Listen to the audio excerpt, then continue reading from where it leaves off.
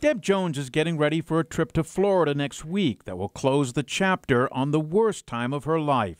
She's also hoping it will provide the final chapter to her book.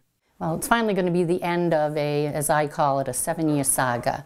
Jones's former husband, Gerard Pepin, is expected to enter a guilty plea and be sentenced for sexual misconduct against one of his patients while working in Daytona as a psychotherapist with the Salvation Army. Jones and Pepin met while he was working as a counselor in Bangor. They moved to Florida and were married, but the marriage began to unravel when Pepin was accused of sexual misconduct. His face is white and sweaty, as if he'd heard terrible news. Jones and Pepin would separate, but for the next few years she would pretend that nothing was wrong as she worked with police to try to get Pepin to incriminate himself by taping their conversations.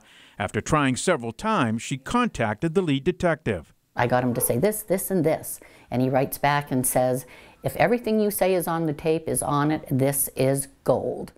She was feeling the end to her ordeal was near. Then the story took a bizarre twist. Her former husband was involved in a double suicide attempt. His new wife died when he ran the car off the road on purpose.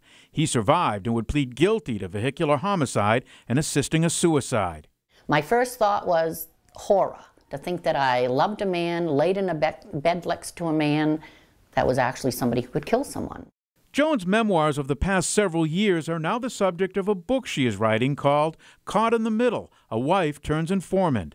Deb Jones says writing the book has been therapeutic, helping her to heal. She's also hoping it will empower others. So if I can be holding my book and empowering other people to get out of whatever situation they're in and know that it's okay and they're not alone, then my book will have served the purpose. In Canaan, Chris Rose, News Center, Maine.